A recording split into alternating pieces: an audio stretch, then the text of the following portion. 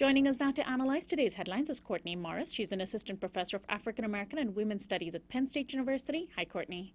Hi, Sonali. Afghan and Pakistani sources are claiming that the mysterious leader of the Afghan Taliban, Mullah Muhammad Omar, is dead. Mullah Omar has not been seen in public for well over a decade, and rumors of his death have appeared several times over the years.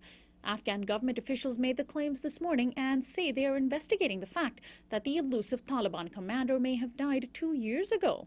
As of this morning, there has been no statement from the Taliban confirming or denying the news of his death. According to Pakistani media, Omar's son, Mullah Muhammad Yaqub, has been jockeying for leadership of the organization.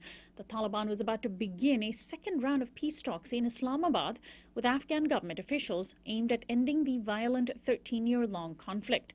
In mid-July, AFP reported that Mullah Omar lauded the peace talks through the Taliban's official website, saying, quote, "All mujahideen and countrymen should be confident that in this process I will unwaveringly defend our legal rights and viewpoints everywhere." Well, Courtney, it's not possible to say whether or not he is alive, of course, but if his death is confirmed, could it derail these peace talks? Well, certainly.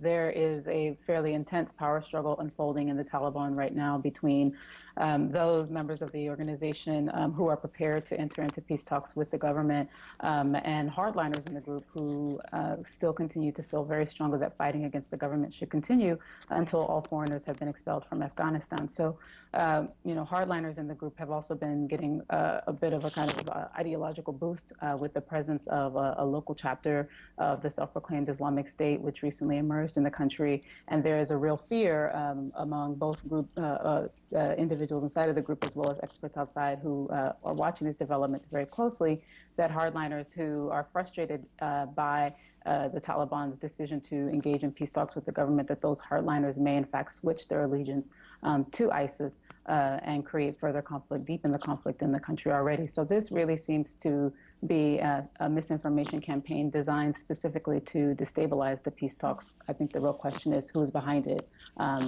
And who's really driving this misinformation campaign. Here in the U.S., news of another police killing of an unarmed African-American man is making headlines. On July 19th, Samuel DuBose was shot in the head by a white University of Cincinnati police officer, Ray Tenzing, who pulled him over for not having a front license plate. The prosecutor in the case has refused to release the body camera worn by Tenzing, saying, quote, "It is not good," and implying that it disputes Tenzing's claims of self-defense. The city is apparently bracing itself for riots in the event of the video's release. DuBose's funeral took place yesterday. Meanwhile, in the Texas police custody death of Sandra Bland, Waller County prison officials have released a new video showing Bland getting her mugshot photo taken. They were responding to rumors that Bland may have died before she entered the prison.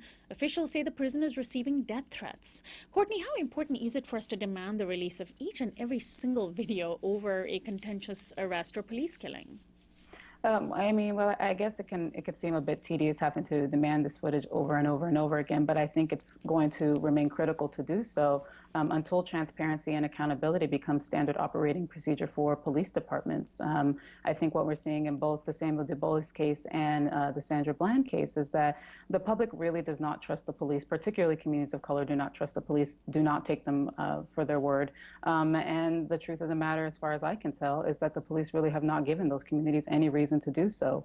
I think that if the police are serious about rebuilding the broken relationship between policing institutions and the communities that they are paid to serve, transparency is going to be needs to be the order of the day, and sharing that footage is an important step in repairing the rift between police and those communities.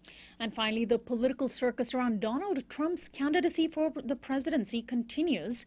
Because his poll numbers among potential Republican voters are so high, news media are obligated to cover the businessman turned politician. Now, Politico is reporting that the billionaire Koch brothers, who have financed most major Republican candidates, are freezing Trump out. According to the Politico report, the network of Koch-backed policy and political outfits is using behind-the-scenes influence to challenge Trump more forcefully than the Republican Party establishment by limiting his access to the support and data that would help him translate his lead in the polls into a sustainable White House campaign. Meanwhile, Trump has said he would invite Sarah Palin into his cabinet if he were to be elected president. Well, Courtney, Newsweek published an op-ed saying that the Republicans brought the Trump circus on themselves. Do you agree? I absolutely agree. I mean, I think Donald Trump is the GOP's worst nightmare. He's a wildcat candidate who has the financial resources to back his own campaign, fund his own campaign, and cannot be controlled by either the party or their corporate funders. And I think that the Newsweek article absolutely hits it on the head. The GOP has no one to blame for the rise of Donald Trump but themselves. Over the last 40 years, the GOP has really been instrumental in creating the kind of culture of political mudslinging and rhetorical mean-spiritedness that has completely diminished our sort of political process here in the United States. And so it's interesting to see that the GOP's base really responds to this style of politics, which is precisely why Donald Trump is proving to be so popular among them. So, again, the GOP has no one else but themselves to blame for Donald Trump's popularity. Courtney, thanks as always for joining us. We'll talk to you again next week. Courtney Morris is an assistant professor of African American and Women's Studies at Penn State University. This is Uprising. We'll be right back.